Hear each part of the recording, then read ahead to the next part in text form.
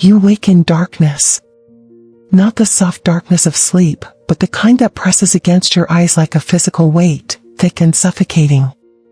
The air tastes of rust and incense, a bitter cocktail that coats your tongue with every breath. Your wrists ache. Metal bites into flesh. Somewhere in the black void beyond your vision, water drips with metronomic precision, each drop a countdown you cannot escape. You try to remember how you arrived here, but memory is a shattered mirror, reflecting only fragments, a face screaming in silence, the flash of a crimson seal, the word heretic whispered like a prayer. This is the Inquisition, the shadow behind the Imperium's golden lies, and you are about to learn that in the grim darkness of the far future, truth is the cruelest weapon of all. The Emperor protects, they say. But who protects you from those who act in his name? Before we descend deeper into this abyss, I need you to do something for me. If this story grips you, if you feel that cold dread crawling up your spine, hit that like button right now. Share this with someone who needs to understand the true face of Imperial justice. Subscribe and ring that notification bell, because what we're about to uncover will challenge everything you thought you knew about the Imperium. Drop a comment below and tell me, would you confess to crimes you didn't commit if it meant the torture would stop? Have you ever questioned the righteous fury of the Inquisition? Let's talk about it. Your engagement keeps this channel alive, keeps these stories coming, and honestly, I need to know I'm not alone in this darkness. Now, let's continue. You wake in darkness, and the darkness is alive. It breathes with you, exhales when you inhale, a rhythm that feels wrong, inverted, like you've been buried and the earth itself is trying to expel you. Your first conscious thought is not of identity but of sensation, the cold.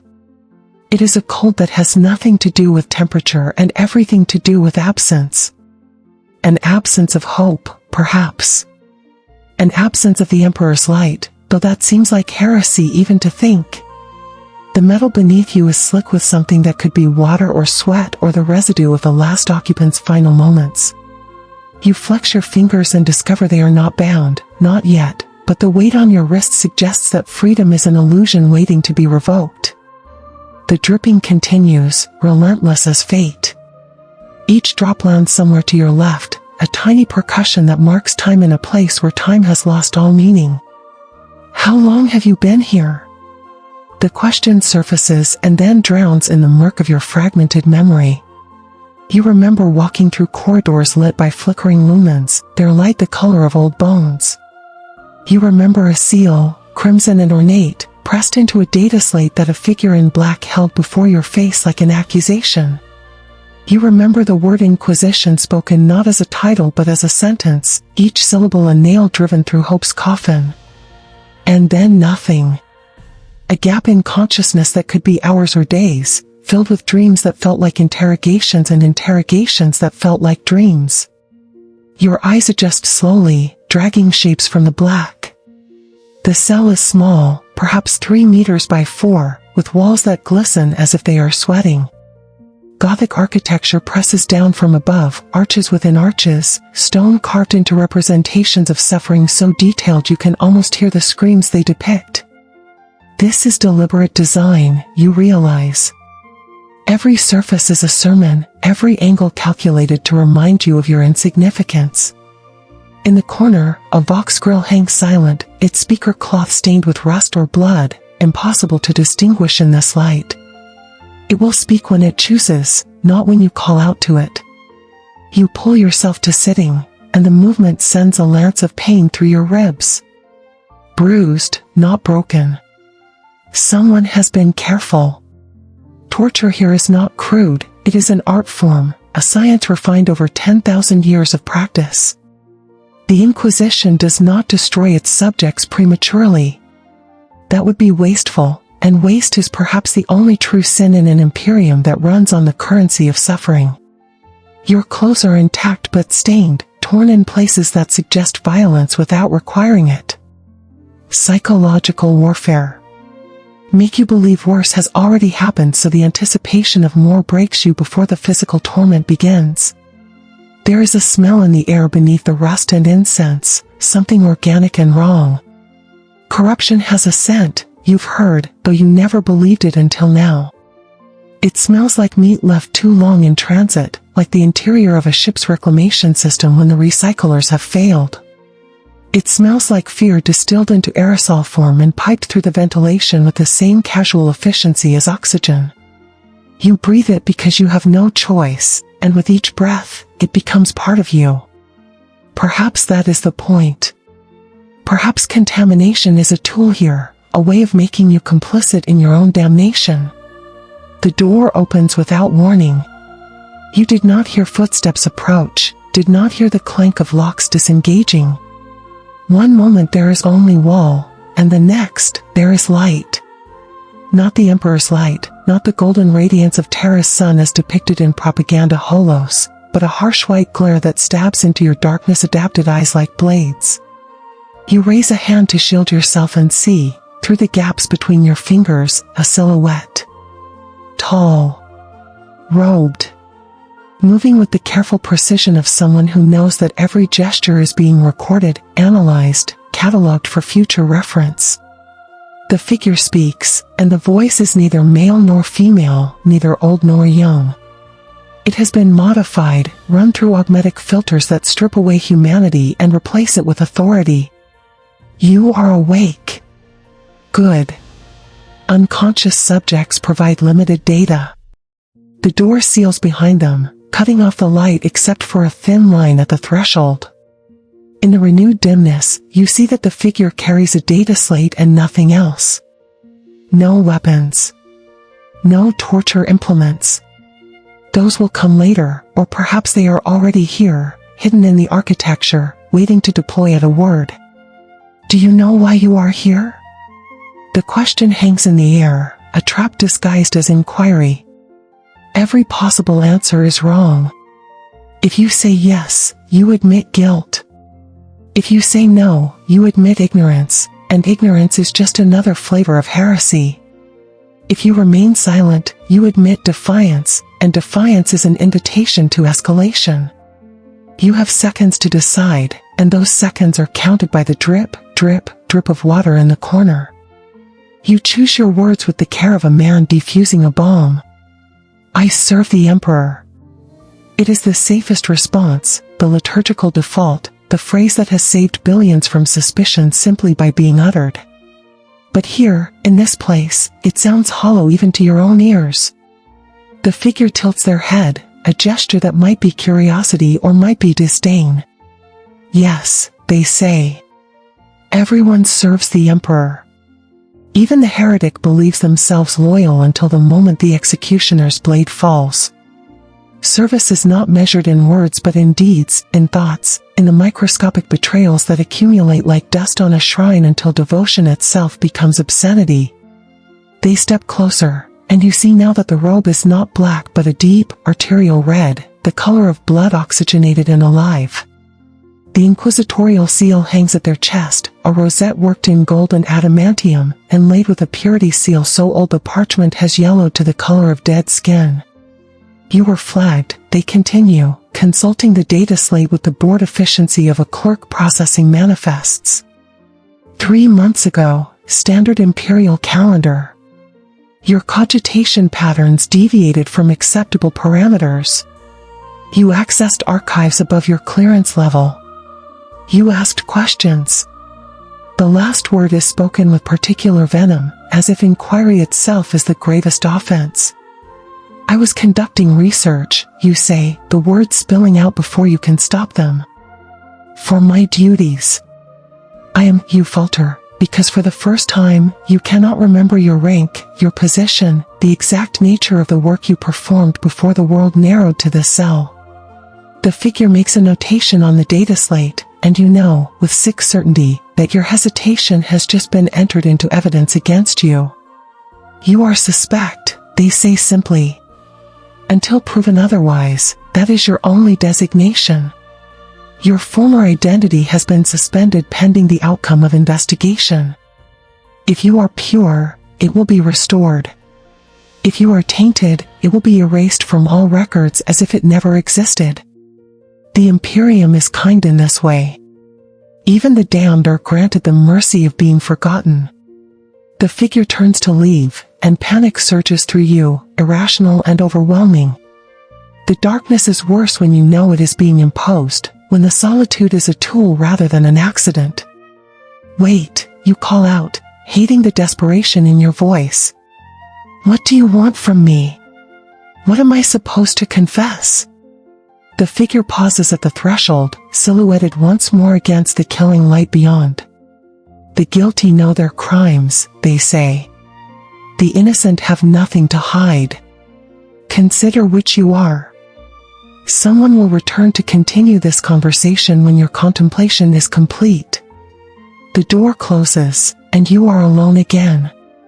But the darkness feels different now, heavier, as if it has been impregnated with accusation. You sink back against the wall and try to reconstruct the events that led you here. There was research, yes. You were part of a team analyzing recovered Xenos artifacts, cataloging them for the Adeptus Mechanicus. Standard work, dull work, the kind of administrative tedium that forms the Imperium's unglamorous backbone. But there had been one item, you remember now, a fragment of something that predated human expansion into the stars. It had glowed faintly in low light, pulsed with a rhythm that felt almost organic. You had filed the standard reports, followed every protocol. Hadn't you? The doubt creeps in like poison through a wound. Had you made copies of the data for personal review? Had you discussed your findings with colleagues outside the secured channels? Had you, in some moment of intellectual pride, allowed yourself to wonder about the Xenos civilization that created such a thing, to imagine their society, their thoughts, their blasphemous technologies? Curiosity is the first step toward damnation, the ecclesiarchy preaches. Seek only to serve, never to understand. But understanding was your job, wasn't it? Or had you crossed some invisible line, mistaken professional duty for personal fascination? The dripping continues, and you begin to count the drops. 1, 2, 3. At some point the count becomes a meditation, a way of anchoring yourself against the tide of uncertainty that threatens to sweep away your sense of self. You are loyal. You are faithful. You serve the Emperor with every breath, every thought. But what if faith is not enough? What if the Inquisition has seen something in you that you cannot see yourself, some taint that operates below conscious awareness, a splinter of corruption embedded so deep that examination only drives it deeper? Hours pass, or perhaps minutes. Time is a fiction here, edited and redacted until only suffering remains. You drift into something that is not quite sleep, a fugue state where the walls seem to whisper in languages you almost understand. In this half-dream, you see the artifact again, rotating slowly in your mind's eye. Its glow intensifies, and you realize with mounting horror that you remember things about it that were not in your reports. You remember touching it, feeling warmth like a living pulse. You remember a sensation of welcome, as if the thing recognized something in you. And you remember deciding, consciously, to omit these details from your documentation because they seemed subjective, unscientific, the kind of personal reactions that have no place in official records. Omission. The word lands in your consciousness like a detonation. You omitted evidence. You made a judgment call about what was relevant and what was not, exercised discretion that perhaps was not yours to exercise. Is that heresy? Is that the crack through which corruption slithers? Or is it simply human error, the kind of minor infraction that permeates every level of imperial bureaucracy and is tacitly forgiven because perfection is impossible? But the Inquisition does not traffic in forgiveness. The Inquisition traffics in certainty, and you have just discovered that you are not certain of your own innocence. The Vox grill crackles to life, and a different voice emerges, this one unfiltered and recognizably human. Prisoner, it says, and the word is almost gentle. You are thinking too much. This is common in the early stages. You believe that if you can reconstruct a narrative that exonerates you, we will accept it and release you. But we already know everything you know. We have scanned your quarters, interviewed your associates, reconstructed your movements for the past standard year. We are not here to discover facts. We are here to determine intent. Did you touch the artifact out of scientific necessity or spiritual hunger? Did you omit details from your reports because they were irrelevant or because you wished to possess them privately? These are questions of the soul, and the soul cannot lie to itself forever. The voice pauses, and you hear the rustle of parchment, the scratch of a quill on vellum. Someone is taking notes, transcribing this exchange into the permanent record. You will remain in contemplation, the voice continues. Food and water will be provided at intervals sufficient to sustain biological function. Waste facilities are in the corner you have not yet explored. There is no shame in bodily needs, even the Emperor's angels must attend to such things. But there is shame in lying, in pretending purity when corruption has already taken root.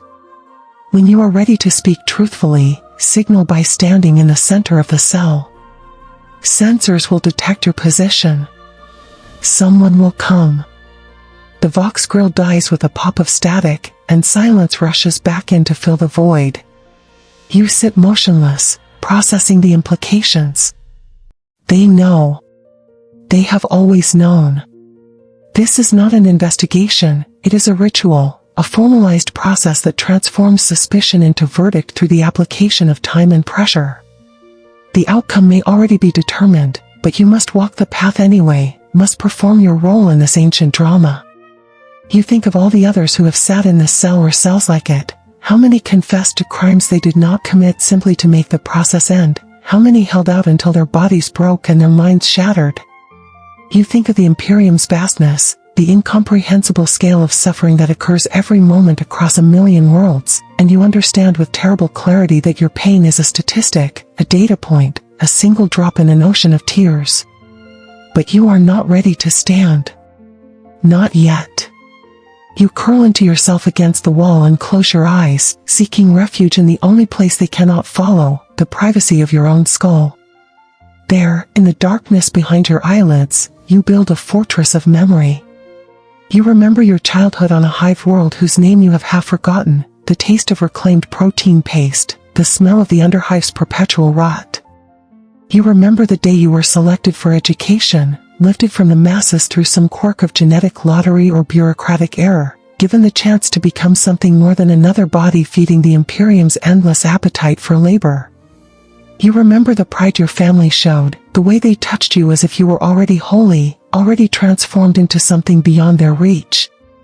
You remember your training, the years of rote memorization and doctrinal reinforcement, the slow conditioning that taught you to see the Emperor's hand in every coincidence and his wrath in every disaster. You remember the moment you truly believed, when faith shifted from performance to conviction, when you looked up at the night sky and felt, with absolute certainty, that you were part of something larger and more meaningful than mere existence. That faith sustained you through decades of service, through assignments both tedious and terrifying, through encounters with things that tested the boundaries of sanity. You held fast to the belief that the Imperium, for all its cruelty and waste, was humanity's only shield against annihilation. You believed that the suffering was necessary, that the boot grinding into faces across the galaxy was the boot of salvation. Do you still believe? The question surfaces unbidden, and you have no answer. Or perhaps you do, and the answer is what has brought you here. Perhaps somewhere in the accumulated years, doubt crept in through the same aperture as curiosity. Perhaps you looked at the artifact and saw not a thing to be destroyed or catalogued but a thing to be understood, a relic of a civilization that persisted without the Emperor's light and flourished despite lacking his protection. Perhaps you wondered, just for a moment, if humanity's path was the only path, if survival required such totality of submission. And perhaps that moment of wondering was enough to alter your psychic signature in ways detectable by the Inquisition's arcane sensors, to mark you as different, as dangerous, as suspect. The dripping has stopped, you realize. When did it stop? How long have you been lost in reverie? The silence is somehow worse than the sound, because the sound was at least predictable, at least companionable in its constancy. Now there is only the whisper of your own breathing and the distant hum of machinery buried in the fortress's walls, the lungs of the Inquisition itself respiring as it metabolizes secrets into power. You push yourself to your feet, not to signal readiness but simply to move, to confirm that your body still obeys your will. Your legs are stiff, and standing sends vertigo rushing through your skull. You steady yourself against the wall and feel the carved images under your palm, the miniature agonies rendered in stone. Your fingers trace the contours of a face locked in eternal scream, and you wonder if the sculptor worked from imagination or from life. There is a sound outside the door, faint but unmistakable, footsteps. Multiple sets, moving in unison, the rhythm of disciplined soldiers or servitors programmed to march in lockstep. They grow louder, closer, and then stop directly beyond your cell. You wait for the door to open, but it does not. Instead, there is a different sound, screaming. It comes from somewhere adjacent, near enough that you can hear the individual words within the inarticulate howl, far enough that you cannot quite distinguish them. The voice is raw, male, utterly beyond the capacity for deception. This is not theater designed to frighten you, not a recording played through hidden speakers. This is genuine suffering, occurring in real time, separated from you by nothing more than a few meters of stone and steel. The screaming goes on. And on. And on. Until it stops with a finality that is somehow worse than the sound itself, because now you must imagine what silence means. Unconsciousness?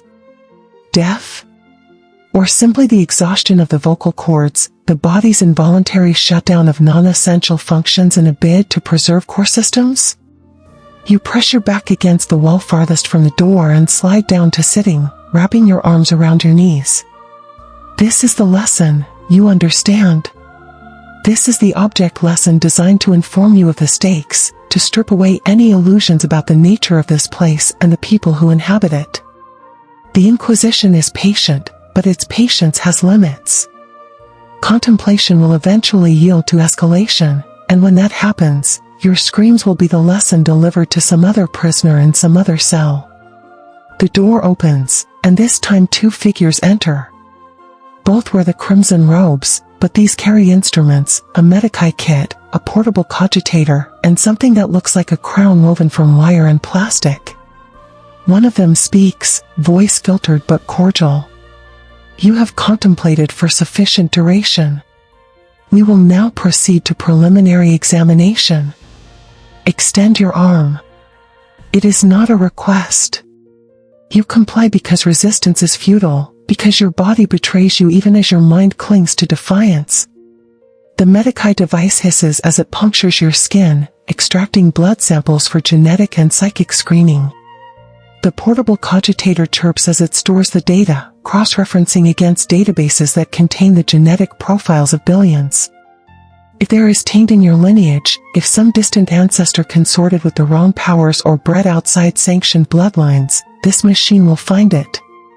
The crown is lowered onto your head, and you feel the cold bite of metal contacts against your scalp. Psychic probes, you realize. They are going to read you, sift through your memories like a scholar through archives, extract everything you are and subject it to analysis. Do not resist, the second figure warns. Resistance causes pain. Acceptance causes only discomfort. The outcome is identical, but the journey differs significantly. You try to relax, try to open yourself to the intrusion, but every instinct screams against it. The violation of mind is more intimate than any physical torture, more lasting, more devastating. When they are finished, will you still be you? Or will you be something edited, redacted, a version of yourself sanitized for Imperial consumption? The machine activates, and your world explodes into light and pain and memory unspooling like thread from a burning spool, and you realize that the interrogation has truly begun, that everything before this was just preamble, just setting the stage for the real horror. The last coherent thought you have before drowning in the psychic deluge is a bitter recognition: the Emperor protects, but his protection feels exactly like damnation. When consciousness returns, it arrives in fragments, like shattered glass being painstakingly reassembled into a shape that only approximates wholeness. You are no longer in the cell. The environment has changed, though whether through physical relocation or perceptual distortion, you cannot determine. The space around you is vast, cathedral-like, with vaulted ceilings that disappear into shadow and pillars carved with litanies in high Gothic, the words flowing in spiral patterns that make your eyes ache when you try to follow them. Candles burn in alcoves, thousands of them, their collective illumination somehow deepening rather than dispelling the darkness. The air smells of burning wax and aged parchment and something else, something that might be ozone or might be the residue of psychic activity, the smell of reality being bent to human will. You are seated in a chair that was not built for comfort, its back rigid and tall, its armrests fitted with restraints that have not yet been engaged. Across from you, perhaps 10 meters distant, another figure sits in an identical chair. This one is different from the interrogators you have encountered thus far. They wear no hood, no mask, no augmetic filters to disguise their humanity. Their face is visible, and it is a face that has seen too much, endured too much, inflicted too much. Scars trace patterns across their features, ritual scarification that spells out oaths in a language only the initiated can read. One eye is augmetic, a ruby lens that glows faintly in the candlelight, tracking your every micro-expression with machine precision. The other eye is organic, human, and utterly devoid of mercy. I am Inquisitor Severan, they say, and their voice is natural, unfiltered, the voice of someone who no longer needs technology to amplify their authority. You have been in my custody for 16 days, 17 hours, and 32 minutes. During that time, you have been subjected to preliminary interrogation, genetic screening, psychic examination, and theological assessment.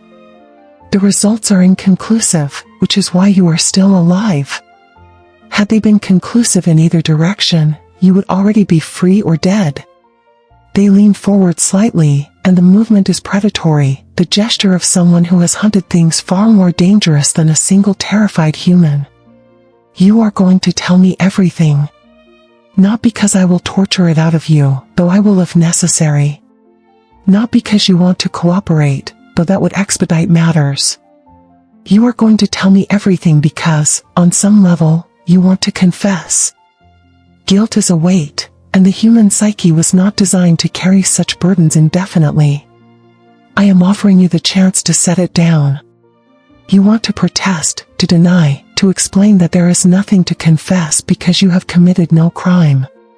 But the words die in your throat because you are no longer certain of their truth. The psychic probe stripped away more than memories. It stripped away the comforting lies you told yourself, the rationalizations that allowed you to sleep at night. You remember now, with crystalline clarity, the moment you touched the artifact. You remember the warmth, the sense of welcome, and beneath it, something darker. A hunger. Not your hunger, or perhaps it was. Perhaps the artifact merely awakened appetites you did not know you possessed. You had wanted to understand it, yes, but understanding had slipped into fascination, and fascination had slipped into something perilously close to reverence. You had looked at this thing created by Xenos' hands and thought, just for an instant, that it was beautiful. Severan watches you with the patience of a predator that knows its prey has nowhere to run. You touch the Calevrian fragment, they say, and hearing the name spoken aloud sends a jolt of recognition through you. Calevrian. You had not known it had a designation, had assumed it was just another item in an endless catalog of seized artifacts. You touched it without authorization, without protective warding, without the supervision required by Mechanicus protocol. This alone constitutes gross negligence. But negligence is not why you are here. You are here because when you touched it, you felt something. And you did not report what you felt. That omission interests me greatly. I didn't think it was relevant, you say, and the excuse sounds pathetic even to your own ears. Severan's organic eye narrows slightly. Relevance is not yours to determine. You are a functionary, a cog in a machine that spans the galaxy. Your purpose is to observe and record, not to filter and interpret. The moment you decided that your subjective experience was irrelevant, you ceased to be a faithful servant and became something else. Something with opinions. Something with judgments. Something that believes itself capable of discerning truth independent of Imperial doctrine. Do you understand how dangerous that is? You do, now. You understand that the Imperium's strength lies not in the competence of its servants but in their obedience, not in their intelligence but in their submission. A functionary who exercises discretion is a functionary who has begun to think, and thought is the first step toward heresy. The Xenos artifact was a test you failed not when you touched it but when you decided that your reaction to touching it was yours alone to evaluate. I see you beginning to understand, Severan says, rising from their chair with the fluid grace of someone whose body has been augmented beyond baseline human capability. Good. Understanding is the foundation of genuine repentance. False confessions are worthless, they contaminate the data and waste everyone's time. I want truth, not performance.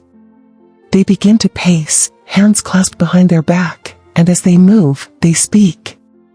It is not interrogation now but something else, something closer to education. I was born on Viridian 3, a civilized world in the segmentum obscurus. My family was minor nobility, involved in planetary governance. I had a comfortable childhood, insofar as any childhood in the Imperium can be called comfortable. I was educated, indoctrinated, prepared for a life of administrative tedium punctuated by occasional ceremonial pageantry. I believed in the Emperor because I had been taught to believe, because belief was expected, because the alternative was unthinkable. My faith was sincere but unexamined, the faith of someone who has never been given reason to doubt. Severan pauses before one of the alcoves, the candlelight casting their face into harsh relief. When I was 23 standard years old, my world was invaded. Not by Xenos, not by renegades, but by a cult that had been growing in our undercities for generations, undetected and unsuspected. They called themselves the Blessed of the 16 Hands, and they worshipped something they claimed lived in the spaces between moments, in the angles where geometry broke down. They struck during a planetary festival, when our defenses were minimal and the population was gathered in central districts. 10 million dead in the first hour. 30 million by the end of the first day. The Astra Militarum responded within a week, but by then, the damage was catastrophic. They turn to face you, and the augmetic eye flares brighter. I survived because I was on pilgrimage to a shrine in the northern wastes when the attack began. I returned to find my family dead, my city in ruins, and the Inquisition already present, rooting out the last remnants of the cult. I watched them work. I watched them interrogate survivors, not to punish but to map the cult's network, to understand how such a massive organization could exist undetected for so long. And I learned something that shattered my comfortable faith. The cult had been reported, dozens of times over the years, by citizens who noticed irregularities, who heard whispers in the dark, who saw signs that something was wrong. But every report had been ignored or dismissed by bureaucrats who believed such things could not happen on a civilized world, who thought loyalty could be assumed rather than verified. Severan's voice drops to something barely above a whisper, but it carries more weight than any shout. The Imperium's greatest weakness is not external threat. It is internal complacency, the assumption that because we have endured for 10,000 years, we will endure for 10,000 more. Vigilance is not a virtue we practice, it is a virtue we praise while constantly failing to embody it. The Inquisition exists because faith alone is not enough. Because belief, no matter how sincere, is vulnerable to corruption. Because the enemy is patient and relentless and insinuates itself into the cracks we pretend do not exist. I joined the Inquisition not for power or glory but because I could not live with the knowledge that my family died because someone, somewhere, decided their convenience was more important than our survival. The confession, if that's what it is, hangs in the air between you. You realize that Severan is not trying to intimidate you with this story. They are explaining, contextualizing, offering a glimpse into the ideology that transforms a human being into an instrument of absolute judgment. I have served for 47 years, Severan continues, resuming their pacing. I have participated in or led investigations on over 300 worlds. I have interrogated saints and sinners, heroes and monsters, and I have learned that the distinction between those categories is often meaningless. People are not inherently good or evil. They are inherently fallible. They make mistakes, they rationalize, they convince themselves that small betrayals are harmless. And then one day they wake up and realize they have become exactly the thing they feared, but by then it is too late. You think I'm like that, you say, finding your voice at last. You think I'm corrupted and don't know it. Severan stops pacing and regards you with something that might be sympathy or might be clinical interest.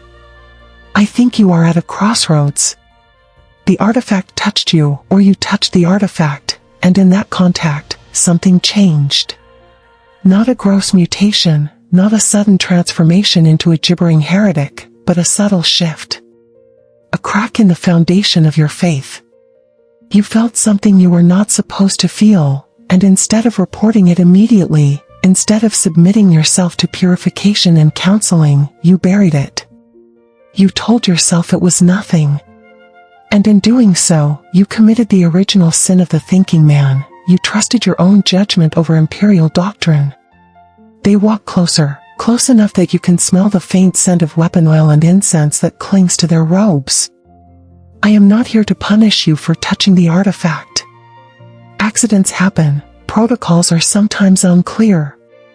I am here to determine whether that touch opened a door in your psyche, whether the Xenos corruption has taken root, or whether you are simply a fool who made a mistake and can be salvaged. The difference matters greatly to your future, but it also matters to the Imperiums. If you are tainted, you must be purged, not out of cruelty but out of necessity. One compromised mind, given access to sensitive information, can trigger a cascade of failures that ends with worlds burning. You might not believe you are dangerous. The bacteria in a wound does not believe it is dangerous either, but it kills all the same. The logic is impeccable and monstrous in equal measure. You want to argue, to insist that you are loyal, that you would die for the Emperor without hesitation, that your entire life has been dedicated to his service. But Severan has heard those protestations 1,000 times from 1,000 prisoners, and words mean nothing here. Only evidence matters. Only the verdict of the psychic probes and genetic screens and theological assessments. What do you want from me, you ask, and the question is no longer rhetorical. It is genuine, desperate, the plea of someone who has finally understood that control has been an illusion all along. I want you to tell me everything you felt when you touched the Calevrian fragment, Severan says, producing a data slate from within their robes. Every sensation, every thought, every impression, no matter how insignificant it seems. Do not edit for relevance. Do not try to cast yourself in a favorable light. The psychic probe has already extracted the broad strokes. I need the details, the texture, the emotional context. I need to understand not just what happened, but how you experienced it. Only then can I determine whether you felt the artifact's psychic resonance or whether you felt something within yourself that the artifact merely awakened. You take a breath, and then you begin to speak. The words come slowly at first, halting and uncertain, but Severan does not interrupt. They simply record, the data slate stylus scratching across its surface in a rhythm that becomes almost hypnotic. You describe the moment of contact, the warmth that spread from your fingertips up through your arm. You describe the sense of recognition, as if the artifact knew you, had been waiting for you specifically. You describe the images that flashed through your mind, vast cities built from materials that seemed to flow like liquid, skies that were the wrong color, stars arranged in patterns that hurt to remember. And beneath it all, a whisper. Not words, exactly. More like the suggestion of meaning, an invitation to understand. Did you accept the invitation? Severan asks, their tone neutral. You hesitate, because this is the crux of the matter, the question upon which your fate pivots. Did you? In that moment of contact, did some part of you reach back toward the artifact, toward the incomprehensible consciousness that might have dwelt within it? Or did you merely observe, passive and overwhelmed, a mind confronted with stimuli beyond its capacity to process? You search your memory, replaying the moment again and again, trying to discern intent from instinct. And you realize, with a sinking sensation that feels like falling, that you do not know. The boundaries were too blurred, the experience too immediate and alien. You might have reached toward it. Or it might have reached into you. Or both things might be true simultaneously. I don't know, you admit, and the words taste like ashes. Severan makes a notation, and you cannot tell if your honesty has helped or condemned you. Uncertainty is honest, they say after a moment. Absolute certainty at this stage would indicate either innocence so pure it borders on ignorance or corruption so deep it has overridden your capacity for self-doubt. Uncertainty suggests you are still human, still capable of introspection. That is marginally encouraging. Marginally. The word hangs there, a thin thread of hope stretched over an abyss. Severan sets the data slate aside and leans against the edge of your chair, close enough now that you can see the fine lines around their organic eye, the signs of age that even augmentation cannot entirely erase. I am going to tell you something that few outside the Inquisition understand, they say, their voice dropping to conversational intimacy. Every servant of the Emperor, from the lowest hive scum to the High Lords themselves, carries within them the potential for corruption. It is not a flaw, it is a feature of consciousness itself. The capacity to think, to question, to imagine alternatives, these are the same capacities that allow innovation and creativity and adaptation. They are also the apertures through which the enemy insinuates itself. We cannot excise thought without lobotomizing humanity into extinction. Therefore, we must vigilantly monitor it, contain it, prune it when it grows in dangerous directions. The Inquisition does not exist to punish the guilty. It exists to prevent guilt from spreading. You may be guilty, or you may be innocent, but either way, you represent a potential vector. You touched something you should not have touched, and now you carry an experience that could influence others if you were to speak of it carelessly. Even if we determine you are clean, even if we release you back into service, you will be monitored for the rest of your life. Your Vox communications will be screened. Your movements tracked. Your associates investigated. This is not punishment. This is prophylaxis. You have been exposed to a contagion, and even if you did not contract it, you must be isolated until we are certain you cannot spread it. The implications of this are almost worse than execution. To live the rest of your life under surveillance, knowing that every word, every action, every fleeting thought might be recorded and analyzed for signs of deviance. To never again enjoy the simple privacy of solitude, the freedom to think without wondering if your thoughts are being weighed against some unseen standard of orthodoxy. Is this what the Emperor wanted, you ask, and the question escapes before you can stop it, raw and heretical and utterly sincere. Is this really what he envisioned when he set out to conquer the stars? For the first time, Severan's expression shifts, a micro-expression that might be pain or might be weariness. I do not know what the Emperor wanted, they admit. None of us do. He has not spoken in 10,000 years, has not provided guidance or clarification or absolution for the Imperium we have built in his name. We worship him as a god, but perhaps he would despise us for it. We enforce his doctrine, but perhaps his doctrine has been corrupted over millennia of interpretation and reinterpretation. These are questions that keep me awake when I allow myself to think them. But then I remember Viridian 3. I remember 10 million corpses and the knowledge that vigilance, however oppressive, is preferable to extinction. If the price of survival is eternal suspicion, then so be it. If the cost of security is the sacrifice of privacy and autonomy, then I will pay it gladly and ensure others pay it too. Severan straightens, and the moment of vulnerability, if that's what it was, passes. You will remain in custody pending the completion of your assessment. Additional psychic probing will occur over the coming days. We will also be conducting interviews with your colleagues, examining your past assignments for patterns we may have missed. If you are fortunate, you will be exonerated with restrictions. If you are not, you will be offered a choice: service to the Inquisition in a capacity befitting your skills and your contamination, or merciful termination. I suggest you use your time in custody to prepare for either outcome. They turn to leave, and you know that calling out will accomplish nothing, that the conversation is over and the next phase of your ordeal is about to begin. But you call out anyway, driven by a need to understand that overrides self-preservation. Inquisitor. Do you enjoy this?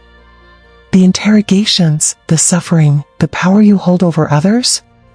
Severan pauses at the threshold, their back to you.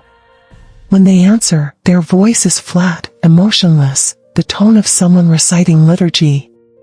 Enjoyment is irrelevant. I do what is necessary. If that brings me satisfaction, it is the satisfaction of duty fulfilled, not sadism. If it brings me pain, it is the pain of responsibility shouldered, not regret. I am a tool of the Imperium, sharpened and directed toward the throat of its enemies. Tools do not have preferences. They simply cut. The door closes, and you are alone again, though not in the same cell. This chamber is larger, more comfortable, but comfort here is just another form of interrogation. You sink into the chair and stare up at the distant ceiling, at the carvings and candles and shadows, and you wonder if Severan told you the truth. Not about the Inquisition's purpose or methods, but about themselves. Are they truly a tool, a blade without volition? Or are they a human being who has spent decades telling themselves they are a tool because the alternative, acknowledging agency, acknowledging choice, would be unbearable? You suspect the latter. You suspect that every Inquisitor carries a burden of doubt identical to the burden they impose on others, and that their certainty is a performance as much for themselves as for the heretics they hunt.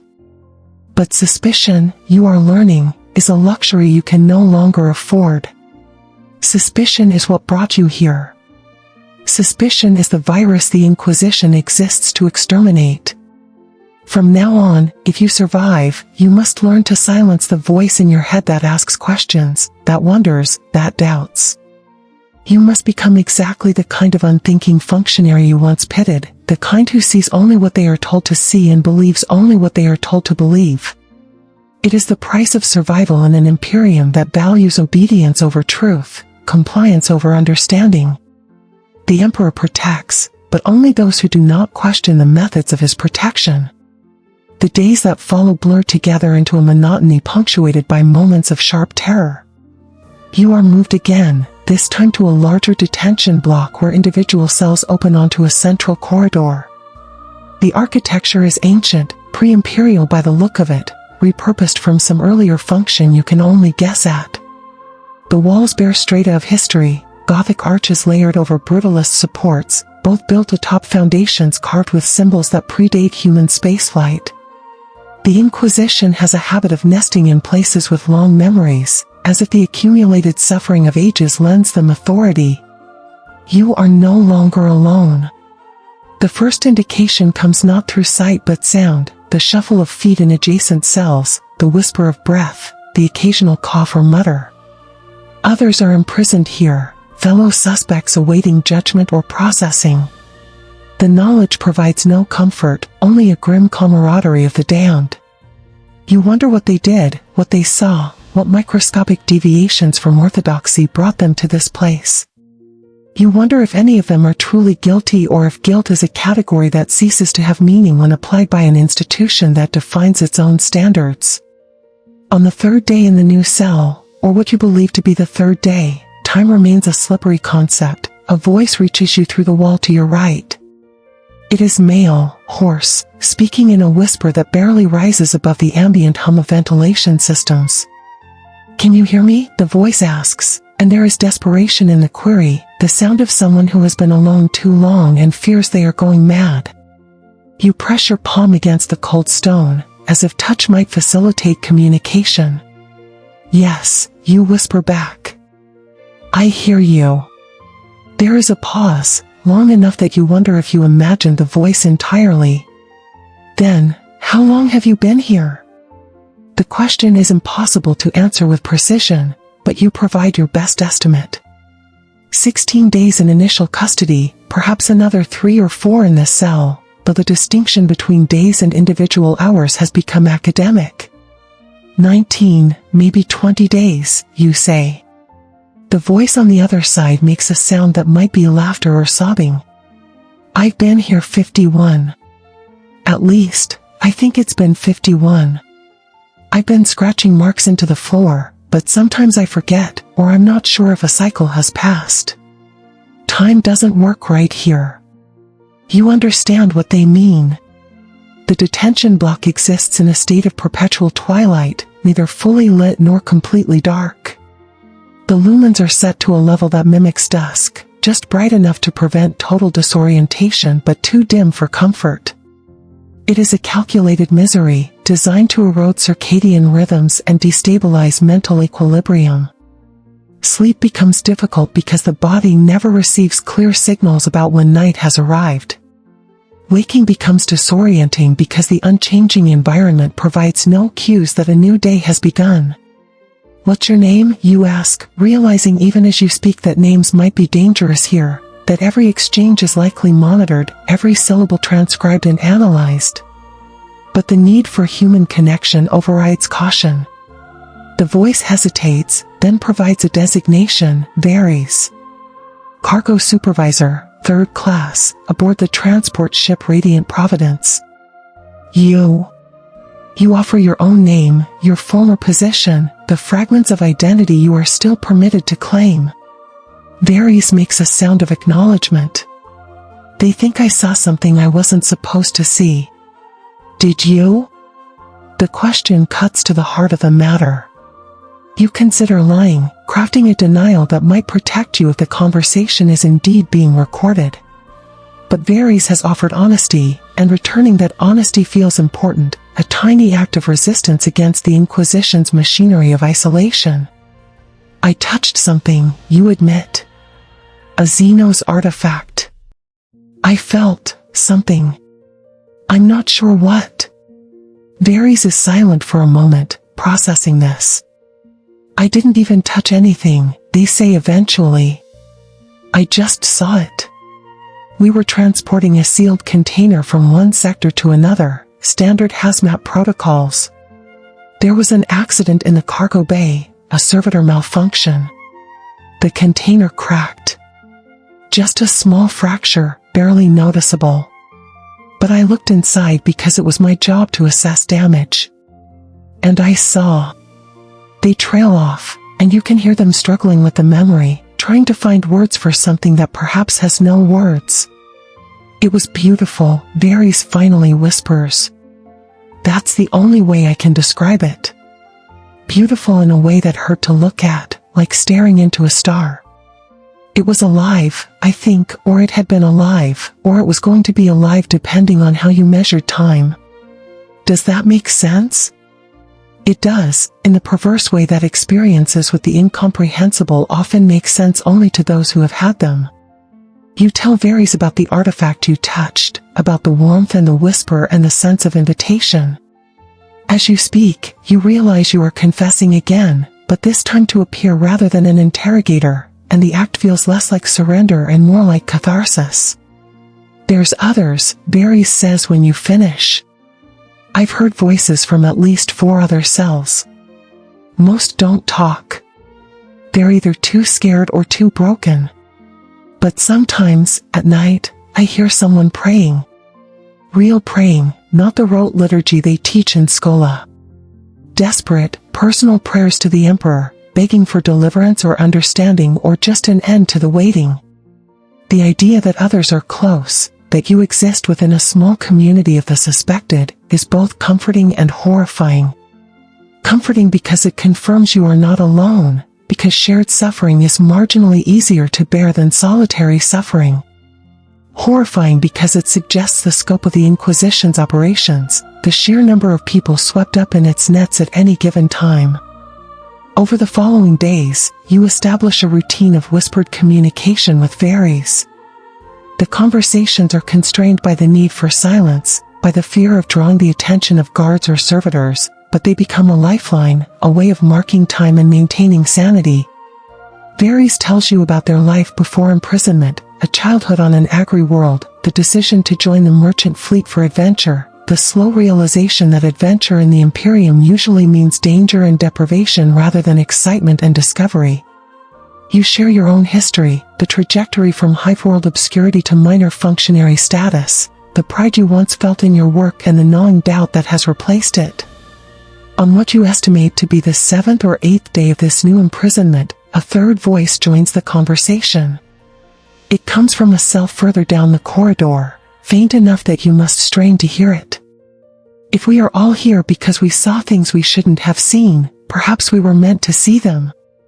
The voice is female, refined, the accent marking her as someone from the upper echelons of Imperial society. Varys responds cautiously, meant by whom?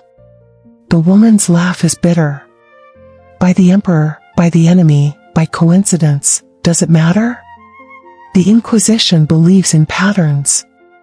They believe that nothing happens without cause, that every anomaly is symptomatic of larger corruption.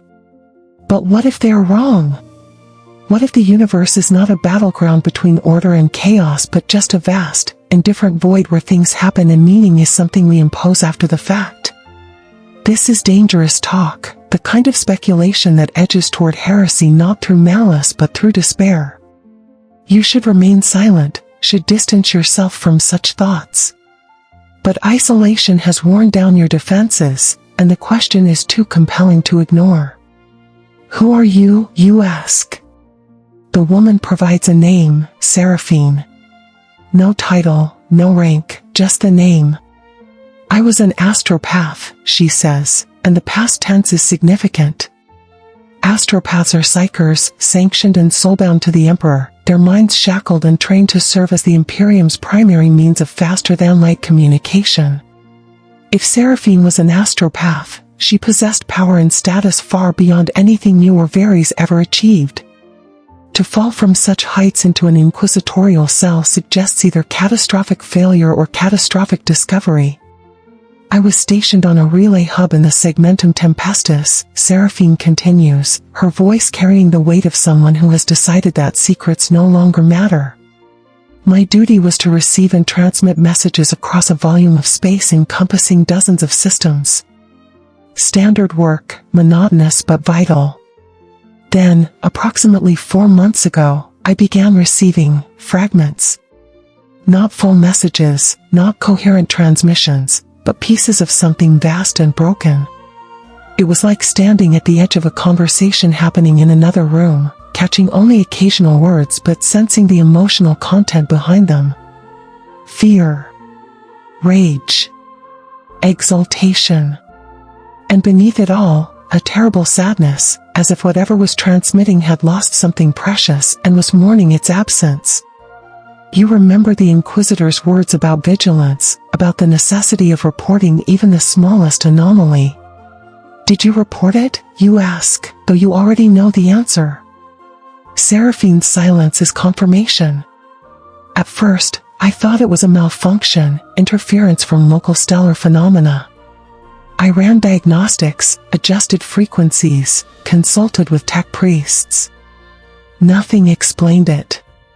And then I made the mistake of trying to understand it. I opened myself fully to the transmission, allowed it to flow through me unfiltered. For just a moment, I heard it clearly. A voice, no, many voices speaking in unison, or perhaps one voice fractured across multiple dimensions. And it knew me. It spoke my name, not the name I was given at birth or the designation the Adeptus Astra Telepathica assigned me, but a name I had never heard before and yet recognized instantly as mine. The story sends a chill through you, not because it is alien to your own experience, but because it is too similar.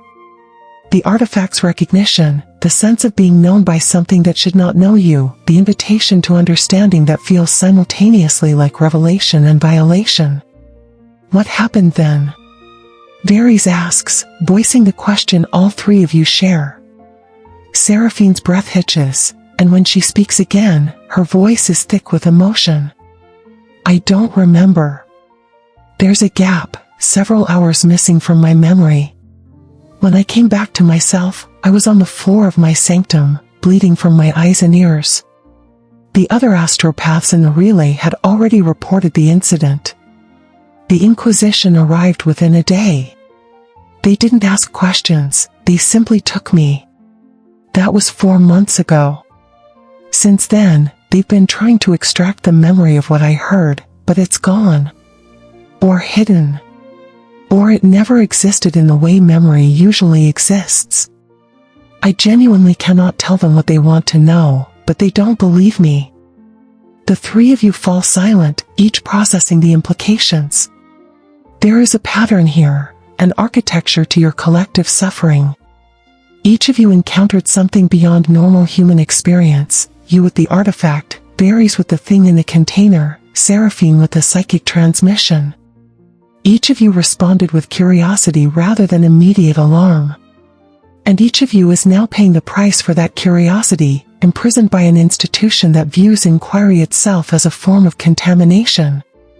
Do you think we're tainted? You ask, directing the question to both of them. Varys answers first, I don't feel tainted. I don't hear voices or see things that aren't there. I'm not compelled to do anything except endure and hope for release. But maybe that's what taint is. Maybe it's so subtle we can't perceive it, like a poison that works too slowly to trigger symptoms. Seraphine's response is more philosophical. Taint is a theological concept, not a medical one. The Inquisition defines it as exposure to corrupting influences, but what constitutes corruption is subjective.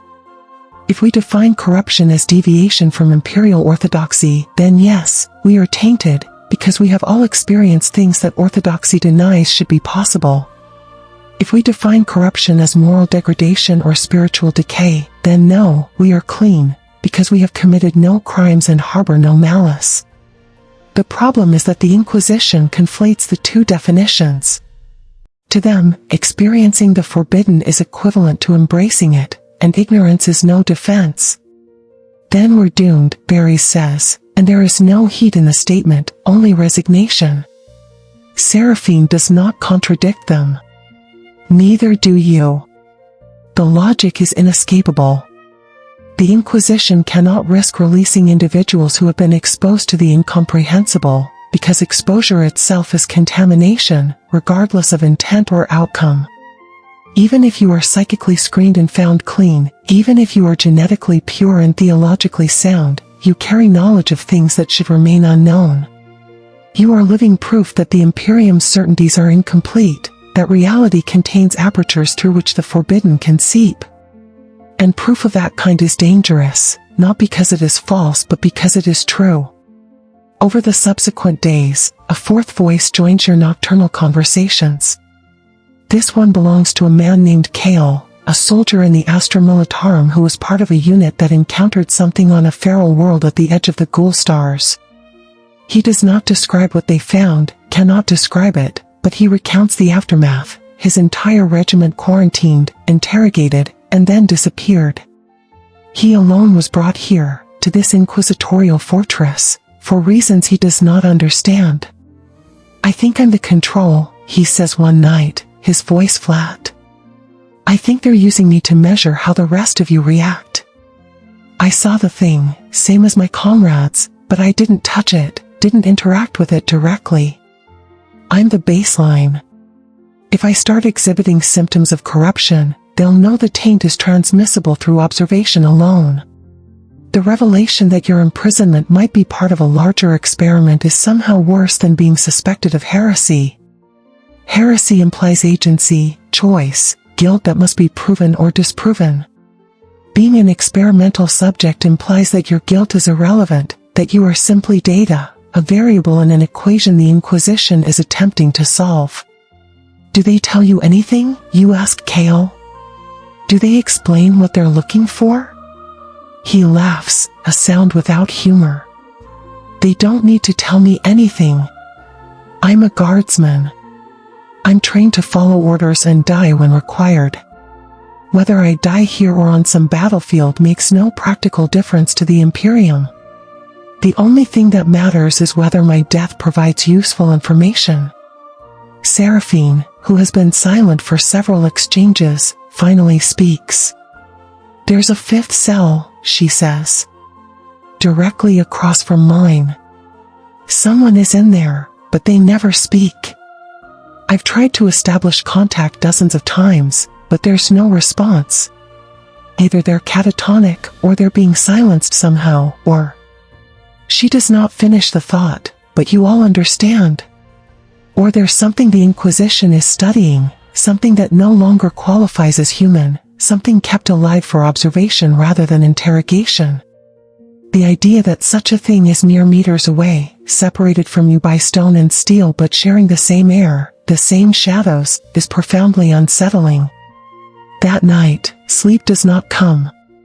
You lie on the hard cot and stare at the ceiling, listening to the faint sounds of your fellow prisoners, berries shifting restlessly, Seraphine murmuring prayers, Kale's steady breathing marking him as one of the rare few who can still find peace in oblivion. And beneath it all, if you listen carefully, you can hear something else. A sound that might be ventilation or might be breathing, rhythmic and slow, emanating from the direction of the silent cell. You imagine what might be inside, a failed experiment, a psyker who went mad during interrogation, a Xenos captive preserved for study, or something worse. Something that was once human and is now a transitional state between human and other, kept alive because the Inquisition has not yet determined how to classify its existence. The thought leads you to a terrible realization: you are all transitional. You exist in a liminal space between innocence and guilt, between life and death, between human and something the Imperium has no name for. The Inquisition will eventually render judgment, will slot you into one category or another, but until that moment arrives, you are undefined. You are potential, suspended in solution, waiting for the catalyst that will force you to crystallize into a final form. And the cruelest part is that the catalyst might not be anything you do or fail to do. It might simply be the passage of time, the slow accumulation of exposure to this place and its horrors, until you become exactly the thing the Inquisition suspected you were all along. Varys' voice cuts through the darkness. If we get out of here, if we survive this, will we ever be the same? No one answers, because the answer is obvious. No. You will not be the same. You are already not the same. The people you were before imprisonment have been disassembled, examined, and can never be fully reassembled. Even if the Inquisition releases you, even if you return to your former lives, you will carry this experience like a scar on the soul, invisible but permanent. You will flinch at shadows. You will hear suspicion in every innocent question. You will understand, with visceral certainty, that the Imperium's protection is inseparable from its persecution, and that the line between guardian and tormentor is so thin as to be non-existent. Seraphine begins to pray, and this time the prayer is not the standard Imperial liturgy but something personal, improvised, desperate. Emperor, if you can hear me through the walls of this place, if your light reaches even into these depths, grant us not deliverance but understanding. Let us comprehend why we suffer. Let us see the pattern in the pain. And if we are to die here, let our deaths mean something beyond satisfying an institution's paranoia. Let them be sacrifices made in your name, not murders committed in our names. We are your children, even if we are lost children, even if we have strayed. Do not forget us. Do not let us vanish into silence, our stories unrecorded, our fates unknown. We existed. We mattered. Emperor, please, let that be enough. The prayer hangs in the air long after Seraphim falls silent, and you find yourself silently echoing it, adding your own plea to the collective supplication. You do not know if the Emperor hears prayers from the depths of inquisitorial fortresses. You do not know if he hears anything at all. But the act of praying provides a moment of agency, a way of asserting that you are still capable of thought, still capable of hope, still human despite everything designed to strip that humanity away. The Emperor protects. And if he does not, if his protection is a myth or a metaphor or a cruel joke, then at least you have each other. At least you are not alone in the dark. At least you are witnesses to one another's suffering, and in that witnessing, you grant each other the recognition the Inquisition seeks to deny, that you are people, not subjects. That your experiences are valid, not symptoms. That your lives have value beyond the data they provide. The night deepens, and eventually, exhaustion claims you. You dream of the artifact, of warmth spreading through your fingers, of a voice that whispers your name in a language you have never learned but understand perfectly. And in the dream, you are not afraid. You are curious, eager, ready to understand. It is only when you wake, gasping and disoriented, that fear returns, that you remember where you are and why curiosity is forbidden. But for those few hours of sleep, you were free. And that freedom, however illusory, is enough to sustain you for another day. The break-in routine comes on what you estimate to be the 27th day of your imprisonment, though the number is increasingly speculative. You are removed from your cell by a pair of servitors, their movements precise and emotionless, their augmetic enhancements clicking and whirring as they escort you through corridors you have not seen before. The fortress is a labyrinth, its passages twisting in ways that defy conventional geometry, decorated with frescoes depicting the Inquisition's greatest triumphs, purges and exorcisms, executions and conflagrations, worlds saved by being burned clean. The message is clear: this institution has existed for millennia, has weathered crises that would have shattered lesser organizations, and will continue to exist long after your bones have been rendered into nutrient paste. You pass other prisoners being moved under similar escort, their faces pale and haunted, their eyes avoiding contact. One woman meets your gaze for a fraction of a second, and in that brief connection, you see a question: do you know what's happening? You do not, and the not knowing is its own form of torture. The servitors provide no information, respond to no queries, simply guide you forward with hands that are gentle but implacable. Eventually, you arrive at a chamber different from any you have encountered thus far. It is vast, circular, with a domed ceiling painted in elaborate astronomical charts that depict not just stars but the warp routes between them, the currents of the Imperium mapped in swirls of gold and crimson. The walls are lined floor to ceiling with shelves, and on those shelves rest databanks, scrolls, tomes bound in leather and stranger materials, all meticulously catalogued and preserved. This is an archive. Not the Imperium's public records, not the sanitized histories taught in Schola, but something else. The Inquisition's memory. Every secret uncovered, every heresy documented, every Xenos contact recorded and analyzed. The scope is staggering, the accumulated knowledge of 10,000 years compressed into this single space.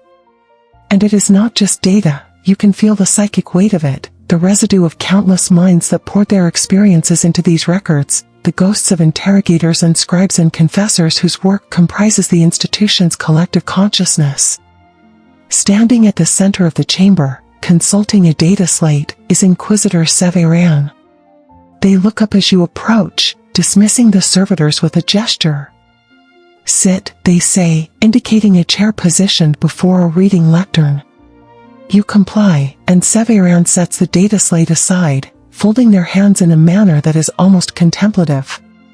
We have completed the preliminary assessment of your case, they begin, and your heart seizes because this is the moment of judgment, the culmination of weeks of torment and uncertainty. But Severan does not immediately pronounce verdict. Instead, they turn and begin walking along the shelves, trailing one hand across the spines of ancient tomes, This archive contains records dating back to the immediate aftermath of the Horus heresy, they say, their voice echoing in the cavernous space. When the emperor was interred upon the golden throne and his dream of secular enlightenment collapsed into the nightmare of militant theocracy we inhabit today. The first inquisitors were chosen from among his most loyal servants, warriors, scholars, psychers, individuals who had proven their devotion through actions rather than words. They were given a mandate: protect humanity from itself. Severan pulls a particular volume from a shelf, its cover scarred and burned, and brings it to the lectern before you. This is the testament of Inquisitor Halbrecht, one of the founding members of the Ordo Malleus. He participated in the prosecution of the traitor legions, witnessed the fall of Prospero, stood in the ruins of Istvan V. By all accounts, he was a paragon of loyalty and faith. Yet his final entry, written days before his death, contains a confession. They open the book to a marked page, and you see script in High Gothic, the handwriting precise but betraying evidence of a trembling hand. Severan translates, "I have dedicated my life to hunting demons, to banishing the creatures of the warp and the heretics who traffic with them. I have seen things that would shatter lesser minds, endured temptations that would corrupt lesser souls. And I have prevailed, always, through faith in the Emperor and trust in his grand design. But now, at the end, I am beset by doubt. Not doubt in the Emperor's divinity, but doubt in our methods. We have become the thing we hunt. We inflict suffering to prevent suffering, commit atrocities to forestall atrocities. I fear that in our zeal to protect humanity, we have forgotten what it means to be human." The words resonate in the silence, and Severan closes the book with care, as if it were a holy relic. Halbrecht died by his own hand shortly after writing that entry. Suicide is considered a sin by the ecclesiarchy, an insult to the emperor's gift of life. But the Inquisition preserved his body with honors and his testament with reverence, because his doubt was not weakness. It was clarity. He saw what many in the Inquisition refused to acknowledge, that our work is corrosive, that it transforms us into monsters justified only by the conviction that the alternative is worse. You struggle to understand why Severan is showing you this, what purpose this revelation serves. "Are you trying to tell me you doubt?" you ask. Severan regards you with that unreadable expression, the augmetic eye glowing faintly. "I am telling you that doubt is the Inquisition's secret heritage. We do not speak of it publicly, do not acknowledge it in our doctrines, but it is always present. Every inquisitor of sufficient experience comes to the same realization: absolute certainty is a lie we tell ourselves to justify the unjustifiable. We hunt heretics knowing that heresy is often just another name for independent thought. We purge entire populations knowing that most are innocent but that guilty precision is impossible at scale. We torture and terrorize and kill because the mathematics of extinction favor harsh measures over gentle failures. They begin to pace, and you realize this is not interrogation but confession of a different sort. Severan needs to speak these truths aloud, perhaps as much for their own benefit as for yours. The Calevrian fragment that you touched is one of approximately 30,000 artifacts in Inquisitorial custody across the Imperium. Each is Xenos in origin, each possesses properties that defy conventional understanding, and each is kept not for destruction but for study. Officially, we study them to better counter Xenos threats. Unofficially, we study them because knowledge is power, and the Inquisition hoards power in all its forms. The fragment was recovered from a tomb world in the Eastern Fringe, a necron site that predates humanity's emergence from Terra's cradle. It is believed to be a component of a larger device, purpose unknown, functionality unknown, but psychically resonant in ways that suggest it was designed to interface with organic minds. The revelation that the artifact you touched was necron in origin sends a fresh wave of dread through you. The necrons are ancient beyond comprehension, a civilization that mastered death and technology in ways that make even the Adeptus Mechanicus seem primitive. If the fragment was designed to interface with minds, then your contact with it was not accidental contact with inert matter but a meeting between your consciousness and a device engineered to do something to consciousness.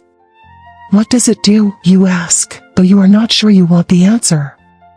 Severan's expression might be sympathy. We do not know.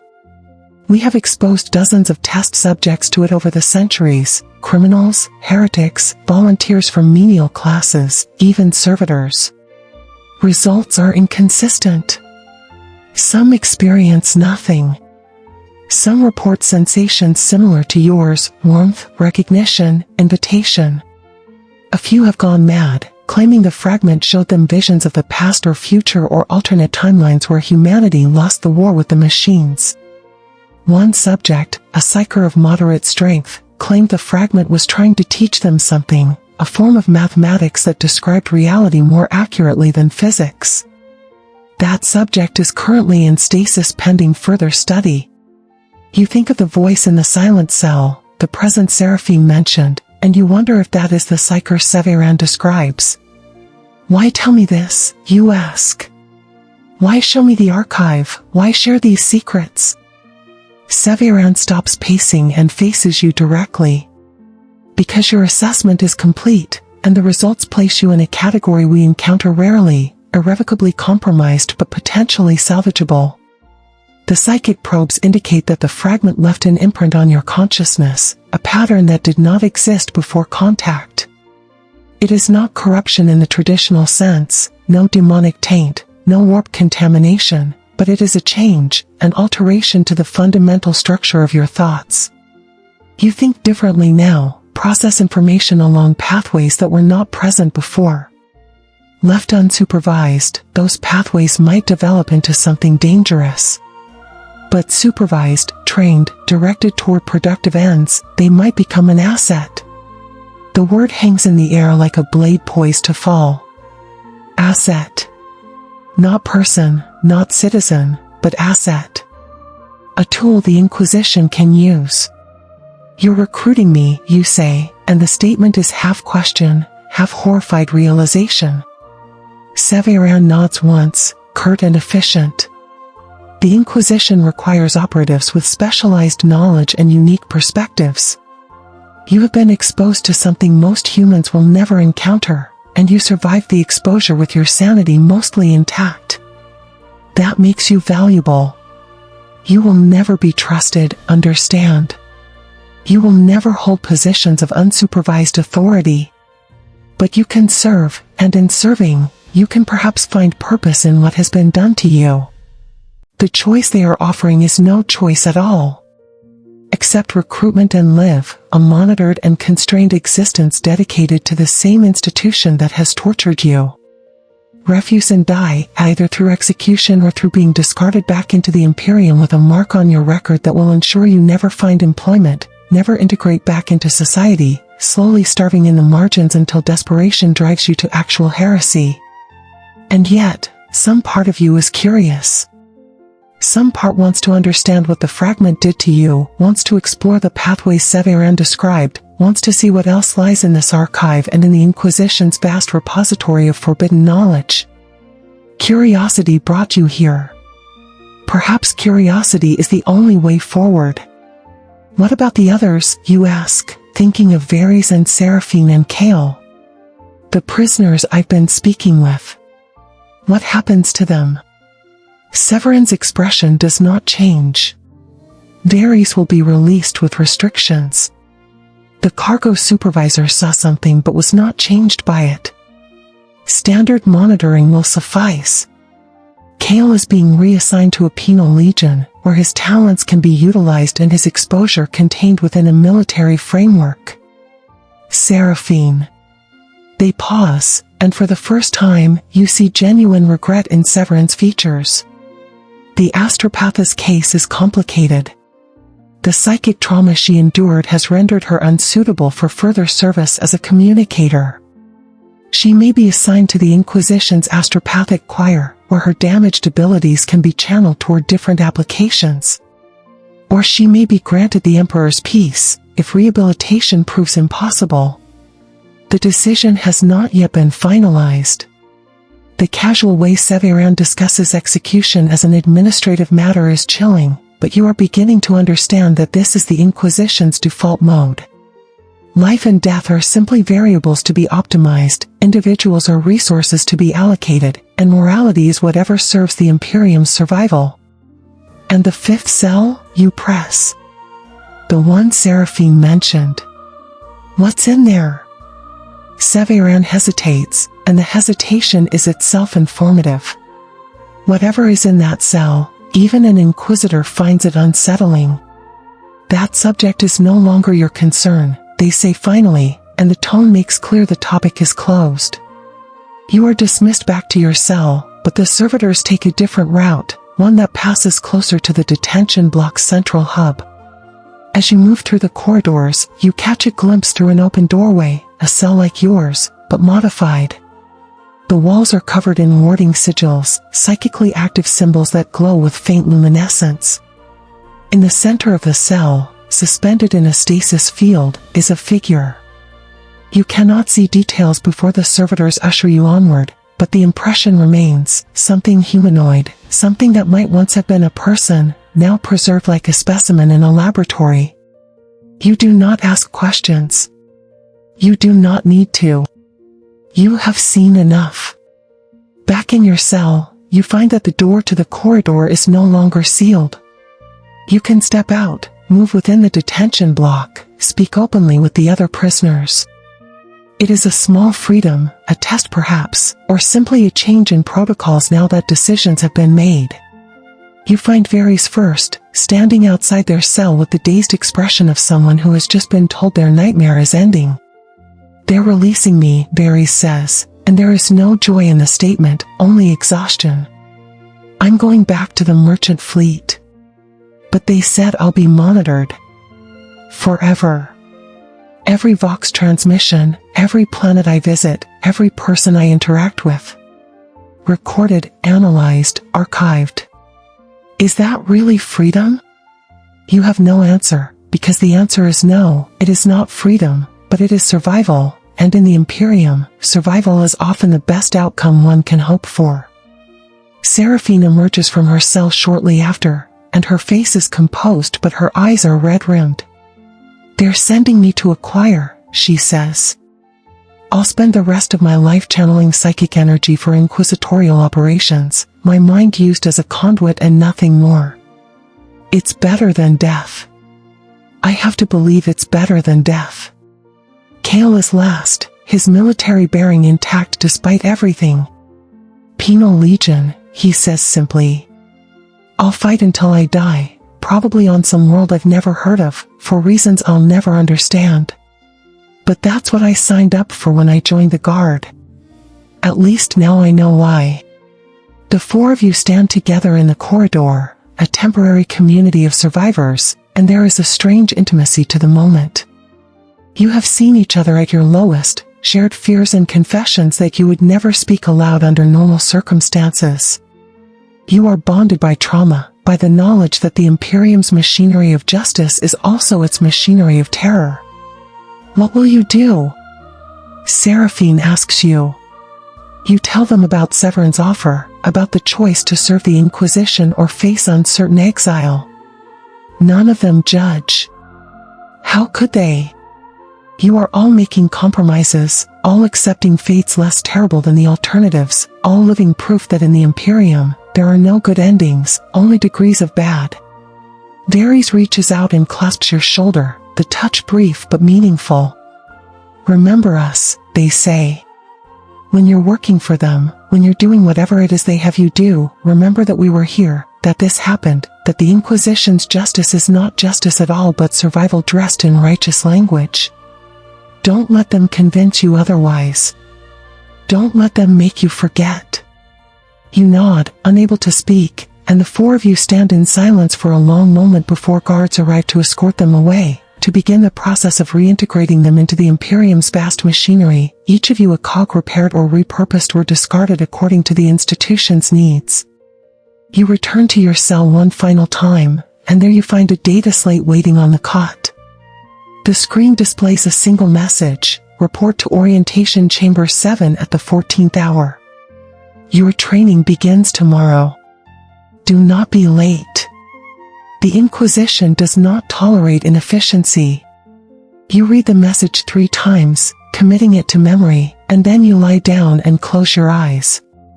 Tomorrow, you will become something new, something you did not choose to be. Tomorrow, you will take the first steps on a path that leads deeper into the Inquisition's heart, into the machinery of surveillance and suspicion and necessary evils. But tonight, you are still yourself, still the person who touched an artifact out of curiosity, still capable of doubt and fear and regret. Tonight, you mourn the life you are losing and brace yourself for the life you are about to inhabit. The Emperor protects. And tomorrow, you will learn exactly what that protection costs. Orientation Chamber 7 is not a classroom. It is a surgical theater of the mind, a space designed to dismantle and rebuild identity with the precision of a mechanicus adept assembling a servitor. The chamber is small, windowless, dominated by a single chair that bristles with neural interface cables and psychic dampeners. Around it stand figures in Inquisitorial livery, interrogators, tech priests, a sanctioned psyker whose eyes have been replaced with augmetic sensors that glow with witchfire. And at the center, observing with clinical detachment, is Inquisitor Severan. Sit, they command, and you obey because obedience is now your only path forward. The neural interface is attached to your skull with cold precision, the sensation like insects burrowing beneath skin. The psyker steps forward, their hands hovering near your temples, and you feel the brush of their consciousness against yours, invasive and alien. We will begin with memory conditioning, Severan explains, consulting a data slate. You possess knowledge that cannot be unlearned but can be compartmentalized, locked behind mental barriers accessible only under specific circumstances. This will protect you from inadvertent disclosure and protect the Inquisition from your potential compromise. The process is agony. Not physical pain, though there is some of that, but cognitive dissonance raised to excruciating levels. You feel your memories of the Calevrian fragment being isolated, cordoned off behind walls constructed from your own neural matter, accessible only when the Inquisition requires you to access them. It is a violation more profound than the physical interrogations, a rewriting of the self that leaves you uncertain where you end and the Inquisition's conditioning begins. When it is complete, you slump in the chair, sweat-drenched and trembling, and Severan makes a notation. Good. Phase 1 is complete. You will now be briefed on your duties. Your role, you learn, is to be a specialist in Xenos cognition.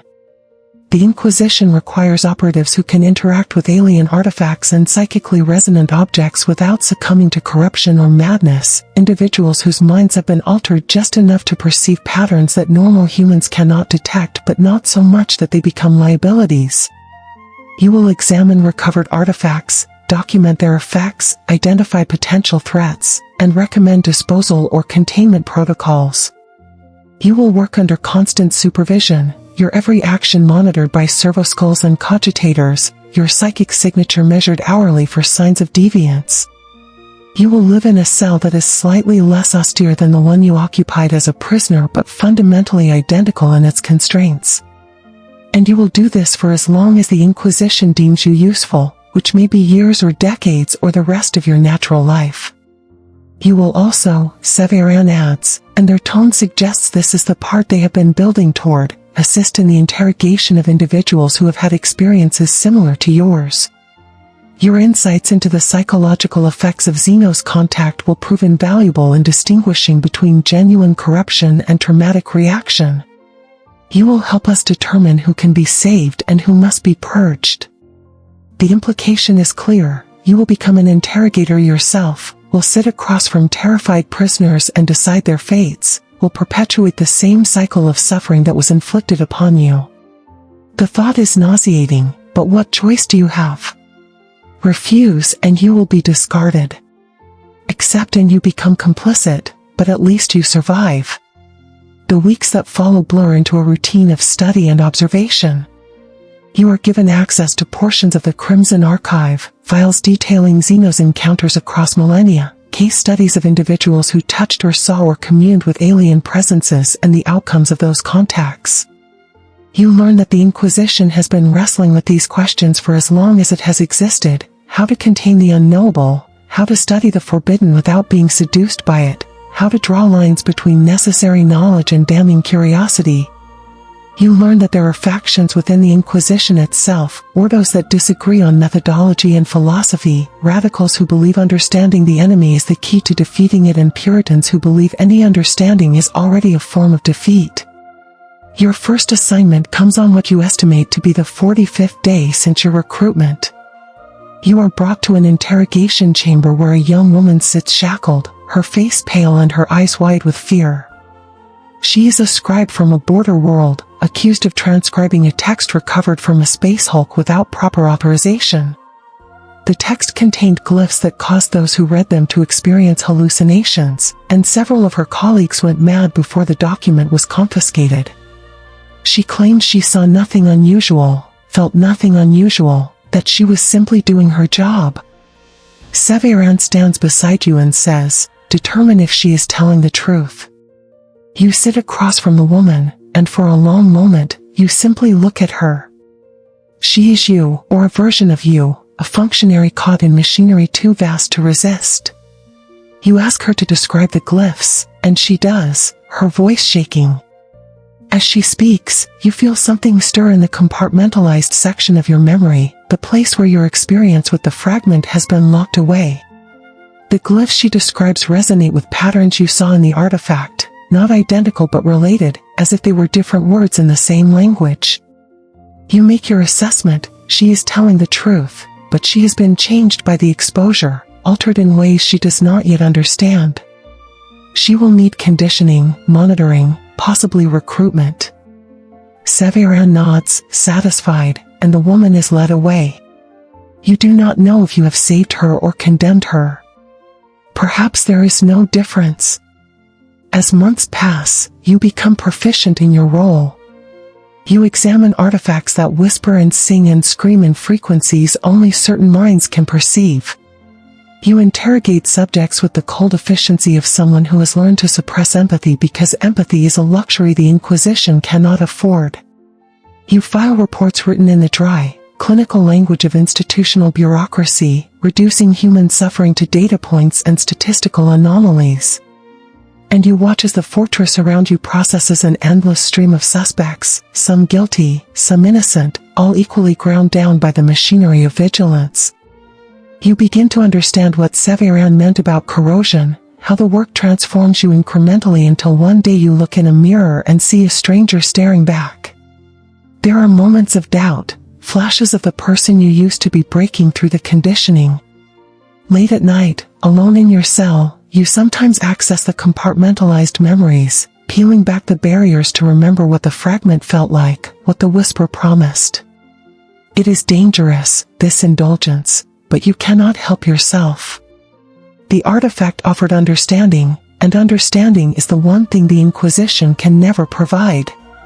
The Inquisition offers only certainty, which is understanding's counterfeit. You wonder if this is how heresy truly begins, not with grand gestures of rebellion but with small, private acts of remembering that the universe is larger and stranger than the Imperium admits. One night, approximately 2 years into your service, time is difficult to track precisely, but you have been counting scars, both literal and metaphorical. You are summoned to Severan's private chambers. This is unusual. Most of your interactions occur in official settings, always recorded, always formal. But here, in a room lined with books and lit by a single candle, Severan sits without their formal regalia, looking older and more tired than you have ever seen them.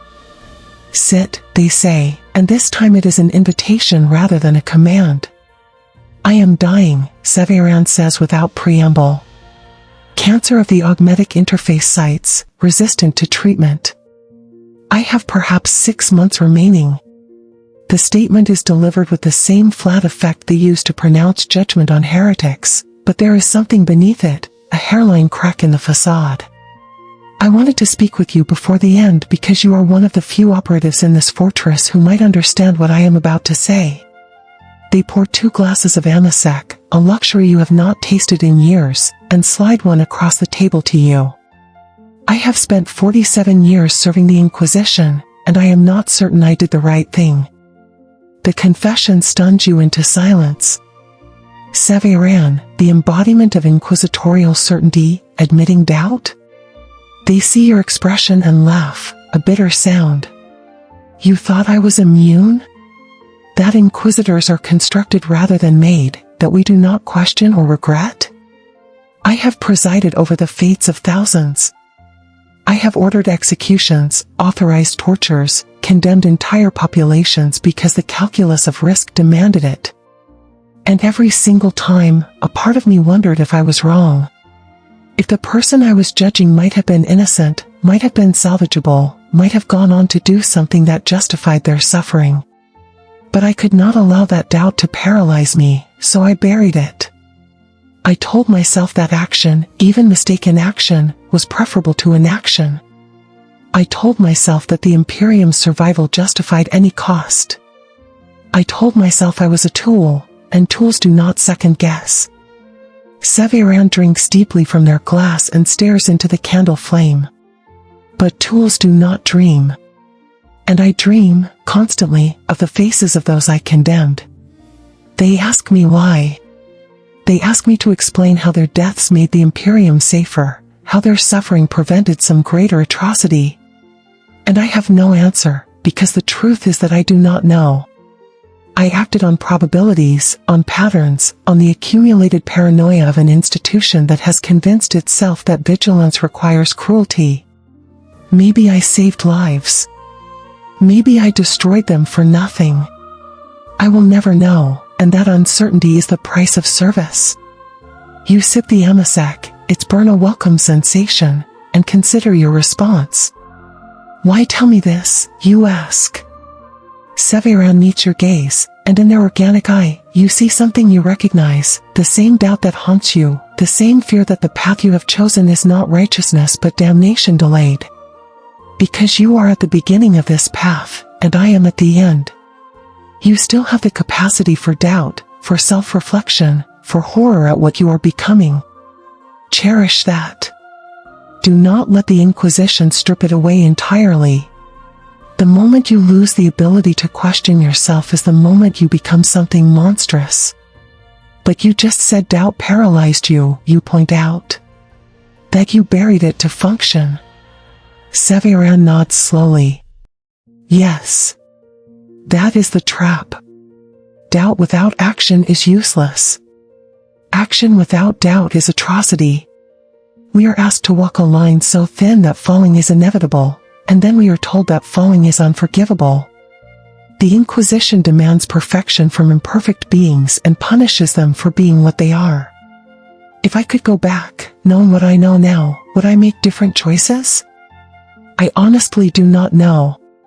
The same information, the same pressures, the same imperatives, I might do exactly the same things and arrive at exactly the same regrets. The conversation drifts into silence, and the two of you sit in the candlelight, two servants of an institution that devours its own children. Eventually, Severan speaks again, softer now. When I am gone, you will be reassigned to a different Inquisitor. I have recommended that you be given greater autonomy, allowed to operate with less direct supervision. It is a risk, but I believe you have earned it. You have proven that exposure to the Xenos does not necessarily result in corruption, that it is possible to carry forbidden knowledge without being destroyed by it. You are proof that the Inquisition's methods, while harsh, can work. Or perhaps you are proof that they do not work, that we are simply manufacturing broken people and calling it success. I am no longer certain which. Severan stands, signaling the end of the conversation, but before you leave, they place a hand on your shoulder. The touch is brief, almost fatherly, and utterly at odds with the image of the ruthless interrogator. Survive, they say. And remember that survival, in and of itself, is a form of resistance. The Imperium wants you to be a tool, but tools do not remember, do not dream, do not doubt. As long as you retain those capacities, you remain human. And humanity, fragile and flawed as it is worth preserving. Even here. Even now. You leave the chambers and return to your cell, and you think about Severan's words for hours. The idea that doubt is a virtue, that questioning is a form of resistance, runs counter to everything the Inquisition has taught you. But it also feels true in a way that doctrine does not. You think about the prisoners you have interrogated, the people whose fates you have influenced, and you wonder how many of them were like you, fundamentally loyal, fundamentally innocent, but caught in a system that cannot distinguish between curiosity and corruption, between mistake and malice.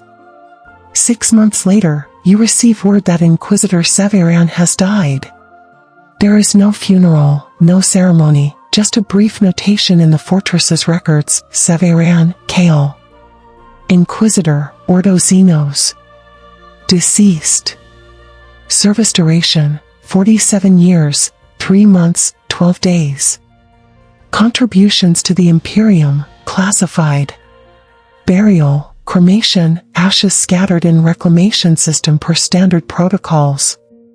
A life reduced to data, a person erased as efficiently as the heretics they hunted. You wonder if this is what awaits all of you, inquisitors and operatives and prisoners alike: obliteration, the Imperium's way of ensuring that even its defenders become footnotes in a history too vast to care about individuals. You are reassigned to Inquisitor Vorn, a younger, more radical member of the Ordo Xenos who believes that understanding alien psychology is key to countering alien threats. Under Vorn's direction, you are granted permission to travel beyond the fortress, to visit worlds where Xenos artifacts have been recovered, to conduct field investigations with less direct oversight. It is as close to freedom as someone in your position can hope for, and you seize it, throwing yourself into the work with an intensity that might be dedication or might be desperation. Over the years, you document dozens of artifacts, interview hundreds of subjects, and contribute to a growing body of knowledge about how human consciousness interacts with the alien. You develop a reputation within the Inquisition as someone who can walk the line between understanding and corruption, who can touch the forbidden and return unchanged. But the truth is that you are changed, constantly and irrevocably. Each artifact leaves its mark, each interrogation etches another scar onto your psyche, and you begin to wonder how much of you remains. Are you still the person who touched the Calevrian fragment in a moment of curiosity? Or are you a composite, a patchwork of experiences and conditioning and compartmentalized memories, a functional tool that has forgotten how to be human? On a distant world at the edge of the Imperium's light, you examine an artifact that defies all classification. It is a sphere of impossible geometry, its surface shifting through configurations that should not exist in three-dimensional space. When you touch it, always you touch them now, because that is your role, your purpose. You feel the familiar warmth, the whisper of recognition. But this time, the whisper is clearer. It speaks in a voice that sounds like your own, and it says, "You understand now. You have always understood." The difference between us and them is the difference between a question and an answer, and answers are always prisons. The words resonate in the compartmentalized spaces of your mind, unlocking memories you did not know were suppressed, and for a brief, vertiginous moment, you see the Imperium as the artifacts see it, a civilization built on fear and ignorance, mistaking stagnation for stability, confusing oppression for order. The moment passes, and you file your report in the standard clinical language, noting the artifact's psychic resonance and recommending containment. But the insight remains, a seed planted in fertile doubt. You begin to notice patterns in the Inquisition's operations, the way certain information is suppressed, certain questions discouraged, certain avenues of inquiry closed off not because they are dangerous but because they threaten the institution's foundational myths. You begin to understand that the Inquisition does not exist to protect humanity from Xenos corruption but to protect the Imperium's ideological purity from the contamination of truth. And yet, you continue to serve. Because the alternative is death or exile, because you have nowhere else to go, because some part of you still clings to the hope that the work matters, that your contributions prevent suffering somewhere, somehow. You are complicit, and you know it, and the knowledge is a weight you carry every day. But you also remember Severan's words, survival is resistance. As long as you doubt, as long as you question, as long as you retain the capacity to see the Inquisition as it truly is, you remain human. And perhaps that humanity, however tarnished, is enough. Years pass. Decades, perhaps. Time has become slippery, marked not by calendars but by scars and missions and the slow accumulation of forbidden knowledge. You are older now, your hair graying, your body bearing the augmetic enhancements that all long-serving inquisitorial operatives eventually acquire. You have seen things that would have shattered the person you were, and you have endured. You have made compromises, committed acts you would once have found unthinkable, and you have justified them with the same cold logic that Severan employed. You have become, in many ways, the thing you feared. But you have also preserved something. In the deepest, most protected corners of your mind, in spaces even the Inquisition's conditioning cannot fully reach, you remember the warmth of the Calevrian fragment, the promise of understanding, the invitation to see beyond the Imperium's narrow vision. You do not act on this knowledge, do not share it, do not allow it to compromise your duties. But you remember. And remembering is its own form of heresy, its own quiet rebellion against an institution that demands forgetting. On a night like any other, you sit in your quarters aboard an inquisitorial vessel traveling through the warp, and you stare out a porthole at the roiling madness beyond. The Imperium is beautiful in its horror, a canvas of impossible colors and shapes that defy sanity. And as you watch, you think about all the prisoners you have interrogated, all the artifacts you have touched, all the compromises you have made. You think about the Imperium, vast and cruel and fragile, held together by faith and fear and the endless labor of trillions who will never know their efforts mattered.